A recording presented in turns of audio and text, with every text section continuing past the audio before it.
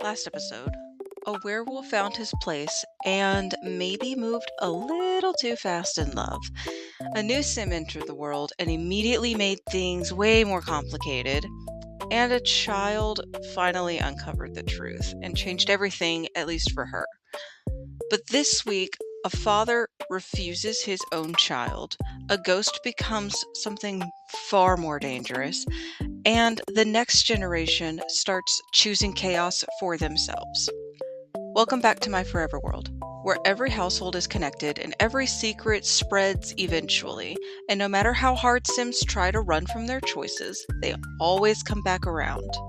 We continue the rotation with the Montagues this week because we need to talk about Lyle.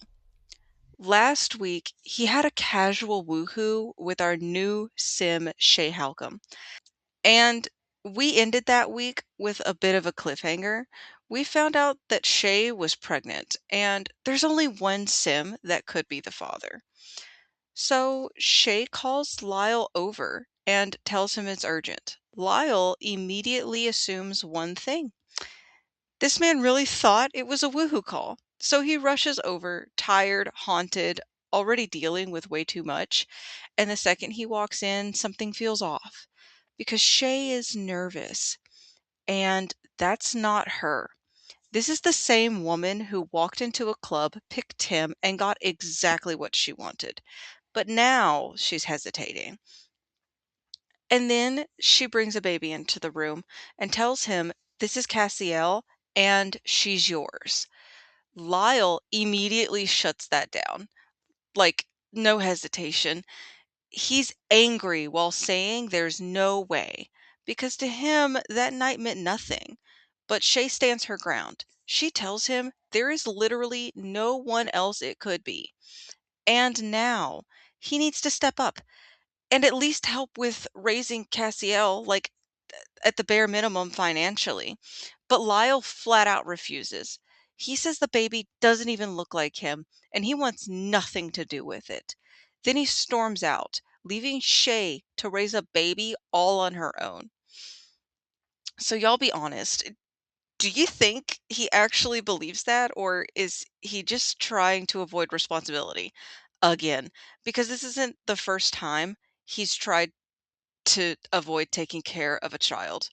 And that pattern is being noticed because Zoe feels it even in death. She doesn't know the details, but she knows one thing: Lyle hasn't changed.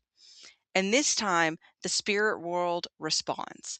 Zoe becomes stronger and more dangerous. She gains the ability to literally drain his life essence, shortening his lifespan. And at this point, this isn't just haunting anymore. This is punishment. And I'm not going to lie, Lyle should probably be concerned, but I think he deserves it. Meanwhile, Miranda's life is changing in a very different way because she and Antony have become best friends. And honestly, it's so sweet because everything she was told about him was a lie. Pierre Capulet called him a monster, but Antony is kind and he takes care of her. He helps with her homework and he cooks for her. So in Miranda's eyes, he's more of a father than Lyle or Pierre have ever been. And then Antony does something that completely solidifies that for me. Even though he's heartbroken over Olivia, he's still being the best big brother for Miranda. So, after placing second in his horse competition, he uses his winnings to buy Miranda her own horse for her birthday. And she names him Sunrise. And I still can't get over how cute this is. And then Miranda ages up into a teen. I'm not sure how all her childhood trauma is going to affect her in the future, but she gained the insider trait. To me, that means she might feel like an outcast, rejected by most of her family, except for her half sister Evelyn and her half brother Antony. And she's looking for acceptance and connection. Like, it's not her fault that she was born due to an affair, okay? Y'all tell me what you think Miranda will turn out like because her story is so sad. I just want her to be happy. But while the Montagues are dealing with consequences, the Lewises are struggling to maintain their happy family facade. So there are now two new babies, Alejandro and Antoinette. And you would think that would bring the family closer together, but no, it's doing the opposite. Olivia has been forced to help with the babies, and it's hurt her relationship with her parents even more. And Alice has been distant, focused on the babies and nothing else. And Eric is not handling that well because instead of communicating with her, he goes out alone to a club. And while he's there, he starts flirting and drinking and eventually has a casual woohoo with someone. Oh my God.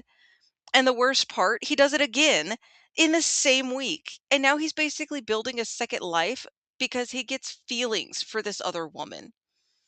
Could this be the beginning of another secret second family storyline?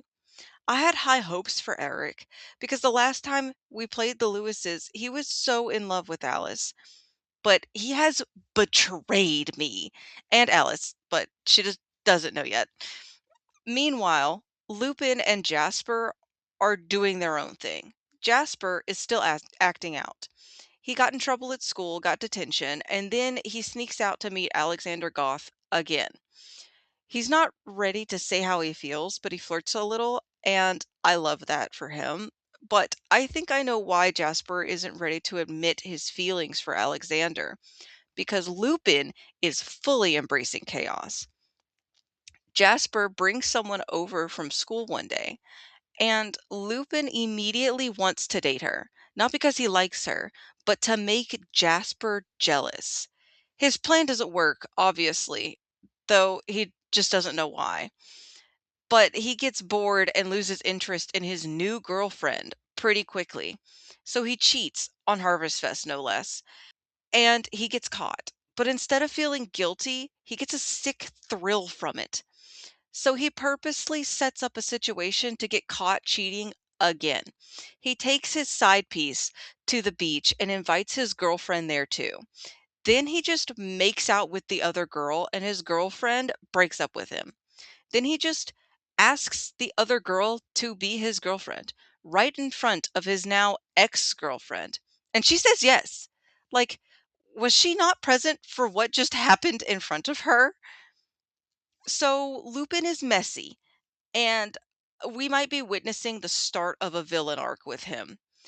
But amidst that chaos, there was a small, interesting moment with Alice, because while taking care of Alejandro, she gets a moodlet about being bit. And it's not the regular moodlet Sims get when breastfeeding. She felt thanks. Like, what is exactly is going on in this family? Because between secrets, affairs, and now possibly something supernatural, this household is about to spiral out of control. So now we have a man refusing his own child again, a ghost actively draining someone's life, a teen stepping into a brand new life, and another fully embracing chaos. And next episode, we're starting a new year. I can't believe we finished 2 years in game. We'll be kicking things off with the Goths catching up with the newlyweds in the Chee Chee household, and we need to check back in with Mason because he just got engaged way too fast. And something about that odd destiny still doesn't sit right with me. But let me know what you think, especially about Lyle, Miranda, and Lupin, because this world is only getting messier, and if you want to watch everything get worse, subscribe. Oh, I'll also be posting a full year recap, so let me know down in the comments which household is your favorite and which sim you love the most.